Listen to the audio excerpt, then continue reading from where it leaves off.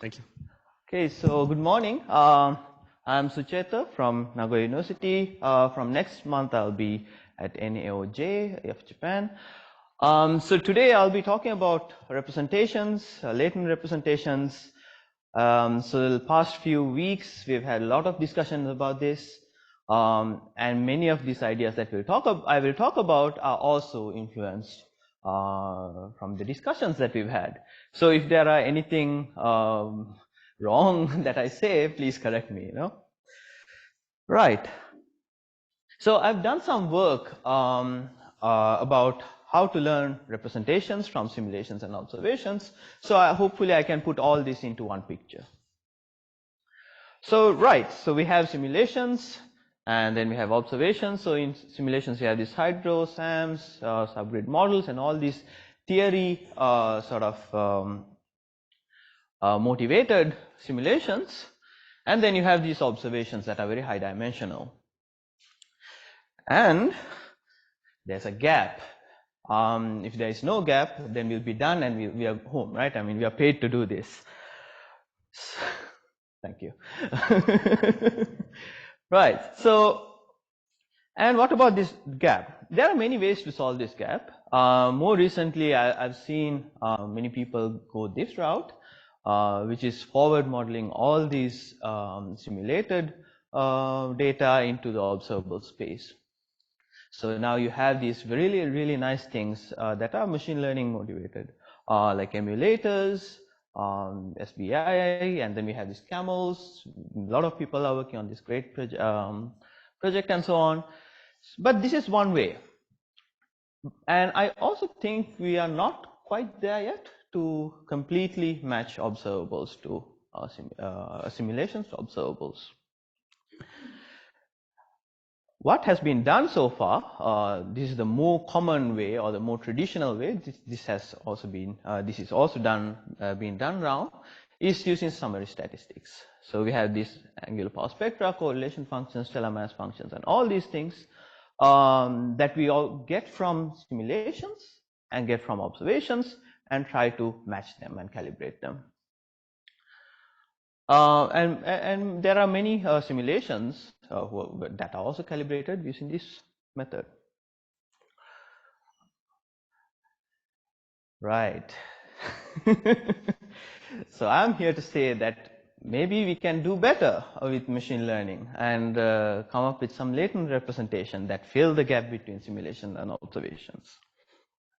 So why this latent representation is that hopefully we can go from observations to latent representation and then to simulations and then back as well.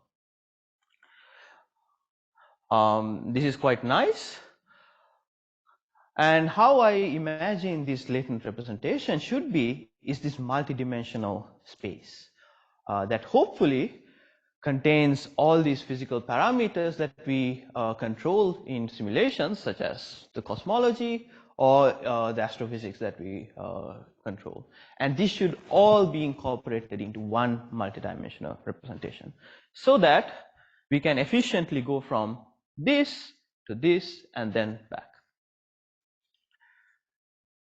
Right, so why latent representation? So one half of me is like, let's just do forward modeling of everything, and then we don't need these latent representations. But as I said, we are not quite there yet, so maybe we need something in between. And this is latent representation. So let me try to convince you why we may need these representations. So first is efficient and interpretable. Well, I think people are going to come at me for saying latent spaces are interpretable. But the fact that you have lower dimensions than, let's say, 1,000 dimensions makes it efficient to sample. That's one. And also more interpretable than just trying to imagine 1,000 dimensions of the observational space. The other one we've heard, I think this is the biggest motivating factor for a lot of us to do latent representations, is to go beyond some standard summary statistics. So we've had talks where you have this power spectra, but galaxy distributions, same power spectra, but completely different looking galaxy distributions and so on. So we need, instead of calculating n point summary statistics, let's try to look for more optimal summary statistics that also include maybe, hopefully, the galaxy properties. So using these representations, we could hopefully find optimal summary statistics that help us connect these two. The other one that we had, so Karthik had a Blackboard talk on this, is about intrinsic dimensionality. So what I mean by intrinsic dimensionality is what is the truly independent number of physical processes that is guiding the observations and also simulations. So let's say we find intrinsic dimensionality, let's say n1 for simulations and n2 for observations. They might not be necessarily similar or equal. One could be greater than the other. And I personally think observations have a higher degree of intrinsic dimensionality than simulations. And why? This leads to my point about new physics. So hopefully the intrinsic dimensionality of observations are higher than simulations, such that because there might be some new physics that can be that might be encoded in observations. Right. So now that hopefully you are somewhat convinced that we need some latent representations, let me try to discuss some of the works that I have been doing. So first half of the talk, I'll be talking about how I did some found some latent representations from observations. Second half will be from simulations. I had plans of talking about how we may find new physics from latent representations. There's a project that I've been working on for 2 weeks. Unfortunately, I don't have the results. So, right. So let me start with fundamental planes of galaxies. So this is coming from purely observational side of studies, where you have these galaxy properties that are correlated. And you combine them to come up with all sorts of fundamental planes. But this is nice because galaxies, in a way, don't equally populate the full parameter space. We should have some sort of manifold, which is much more lower dimensional than the observed parameter space. So right, so galaxies should exist in a manifold. And hopefully, here we have looked at stellar mass, star formation rates, and these physical properties. But hopefully we can look or find this directly from observables. So this is one motivation for my work. And for this, we used photometry from all the way to far UV to K-band. That comes from GALEX, SDSS, and Euclids. And here you might say, well, we can do spectra. Why photometry? So this is because over the years we've perfected the filters and photometry. There is so much information, quite good information that comes from photometry. That there are some papers that look at the information content of spectra, which essentially comes to the conclusion that photometry is good enough. So let's first start with photometry, right? That comes from these bands. And hopefully, so these bands should encode sort of the stellar emissions and the dust emission.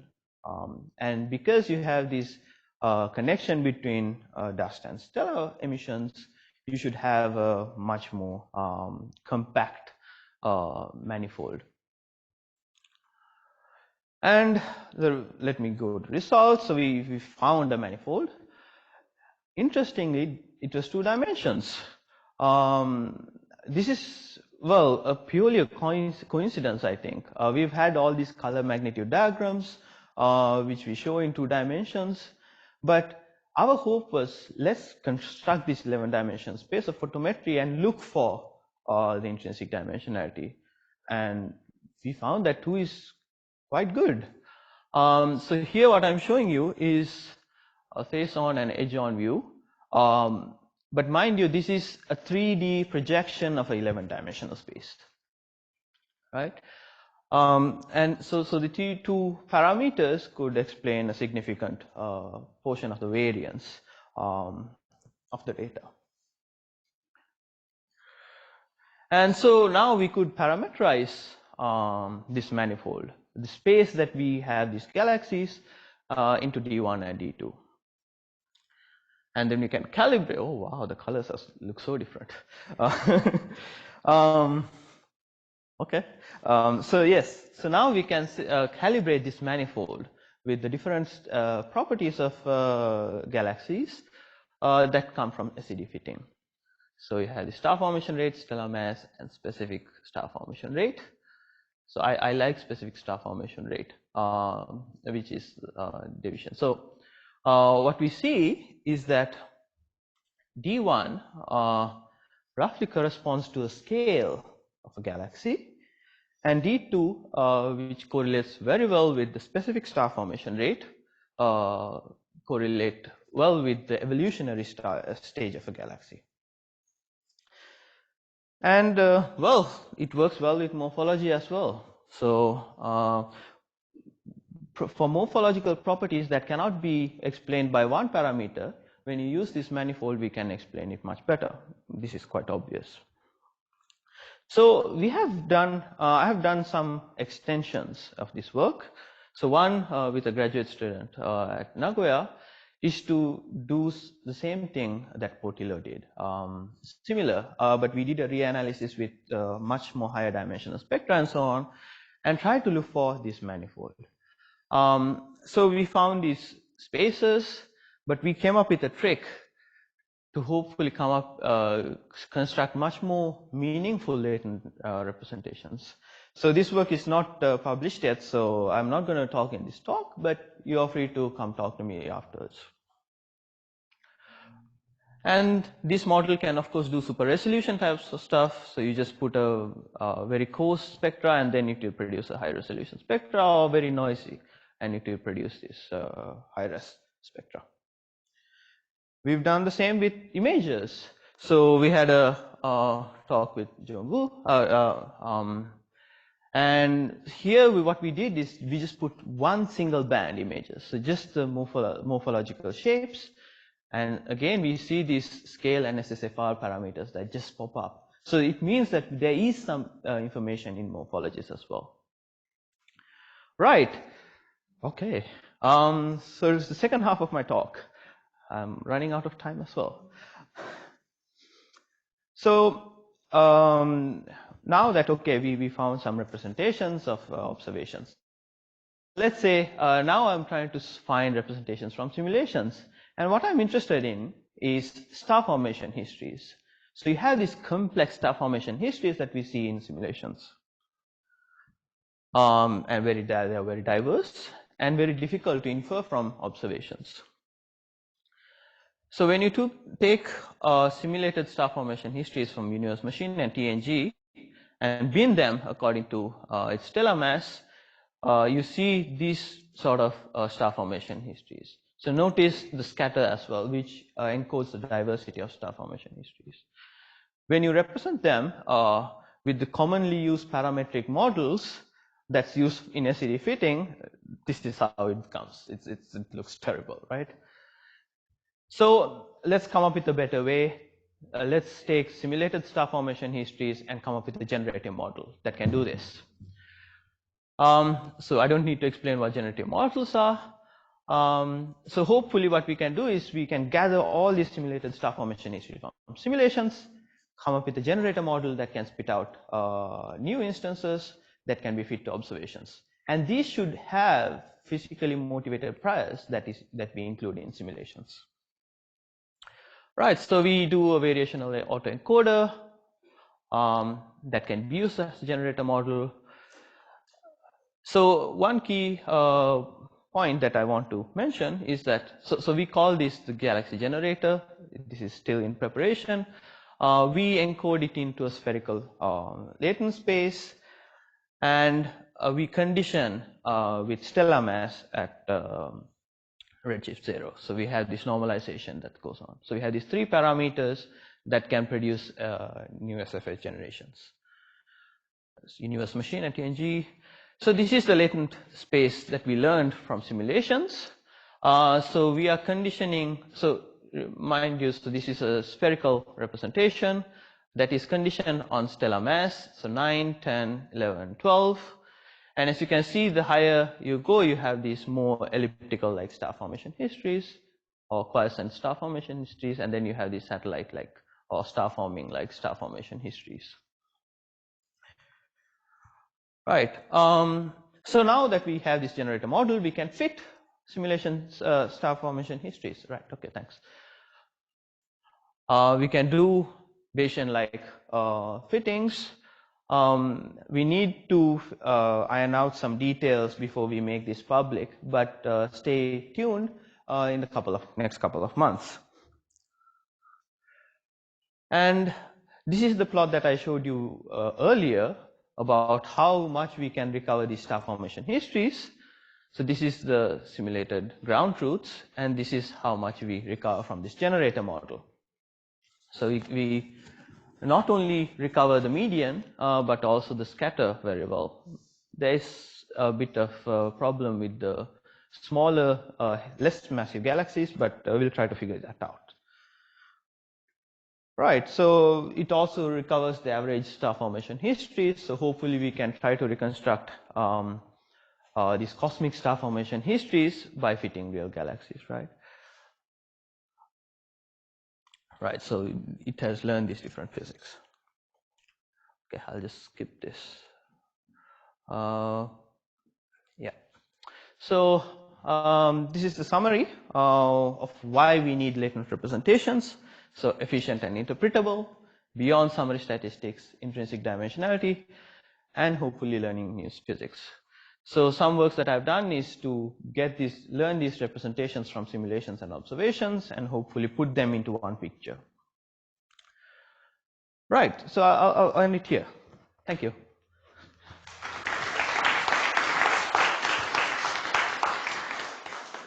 Thanks for ending it early. We're running a little bit late. Thank you very much. It was really interesting. Dalia Baron. I had 2 questions. The first one, I was wondering why in the last case you wanted to have a latent space which is spherical. And the other question I had, so in the case of the star formation histories, what observations do you use to infer the star formation history? How do you take into account the different, instruments, different observatories have, their own field of view, their own resolution, and all of that? Mm-hmm. So thanks for the questions. Yeah, I didn't explain this well enough. So to answer your first question, why? Okay, let me just go back. Why we use a spherical distribution is because at the end of the day we want to sample from the latent space, and usually variational autoencoders are modeled as Gaussians, and this intrinsically introduces a Gaussian prior, and we do not want that when we want to do fitting. So this sort of uniform spherical distributions, by using parametrizing using the Euler angles, we can have a sort of uninformative prior on the parameters that we fit.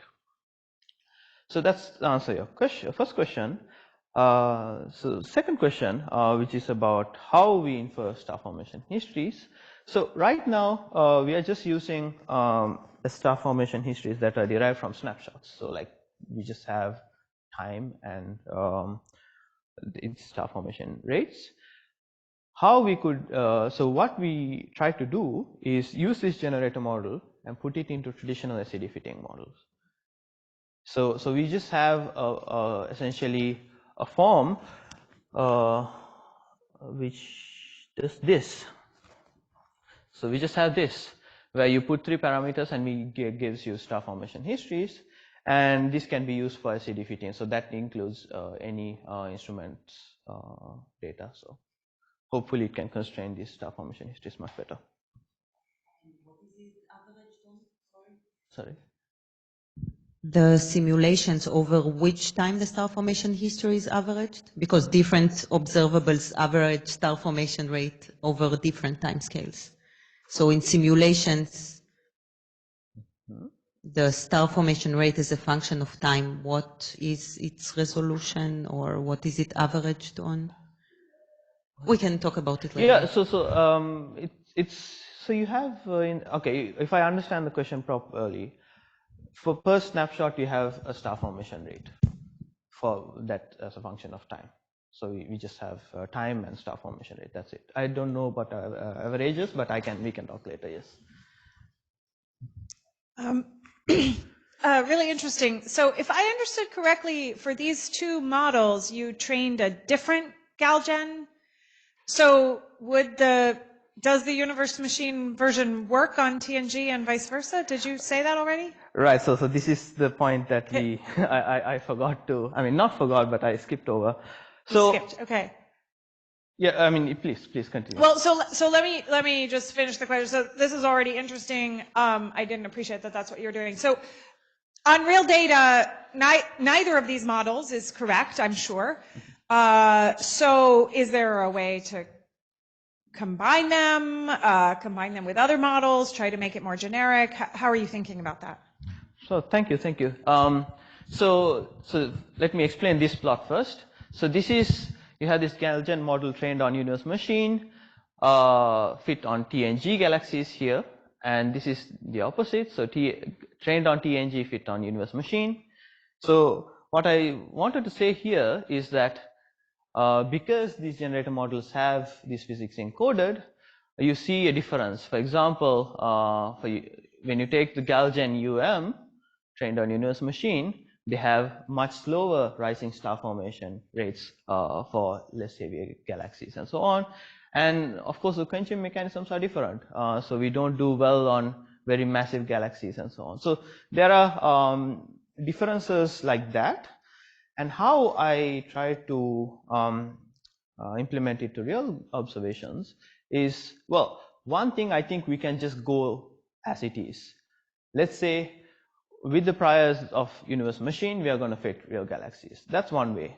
But we could do something like domain adaptation type of things to hopefully get a robust star formation history model that can be used to fit real galaxies. So it's a work in progress, but we need to figure out the details. Thank you.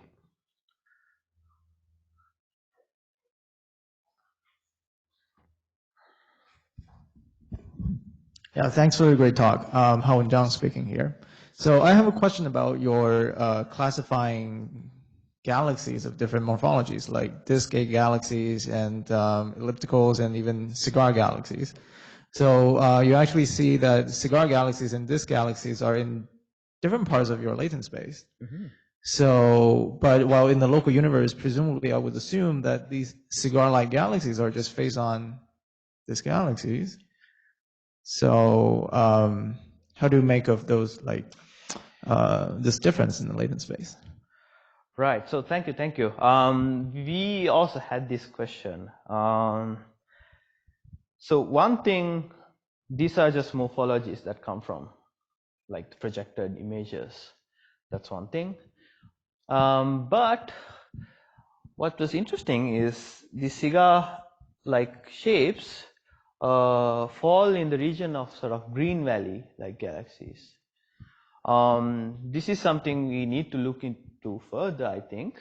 But what I want to emphasize is that we wouldn't have known this if we had just looked at correlations between stellar mass and morphology, or star formation rates and morphology. So yeah, so, right, you're right, but we need to look into this further. Thanks. Hey, thank you for the talk. I wanted to come back to this SFH estimation. Just maybe you said it, but I didn't get what's the input to fit into data? So on the data you're using photometry to constrain the SFH, and so you are conditioning the generative model to some forward model photometry, or what's the plan to, I didn't get how you go from this conditioning on 3 parameters to actually fitting the data, which actually has some photometry with noise. Right, so thank you. So what I do is, you have a VAE that trains on star formation history, so time against SFR, time against SFR, and now once you have the generator model, we come up with some latent variables here, and these are parameters that go into a sort of a traditional SED fitting model that does SPS and produces the filters or photometry or spectra, and then try to fit the galaxies. So these latent parameters are sort of like parameters that you would find in any functional form SFH. Thank you. Just to make sure I understand, so you draw some parameters from your model, this creates SFH, from this you create a spectrum, Yes. and then this is what you feed to the data with some traditional way. Yes, yes. Okay, right. Because I was thinking, so another alternative could be to condition the generative model with some photometry from the beginning. So you will end up with providing SFH that are compatible with some measurements of photometry. Right. That you can. So I don't know. Yeah, maybe this approach is more robust. I just was wondering, because this allows you to, it's sort of, doing the Bayesian fitting directly, probably. Right, yes. But I don't know which one is the best. Yeah, I mean, of course, you can just directly go from photometry to star formation history, right? I mean, we have the machinery to do that. But one of the motivating factors is one, as you said, Bayesian sort of analysis, and how we could incorporate into sort of more traditional SED fitting that we have. And this can just fit into any SED code, and then it should work.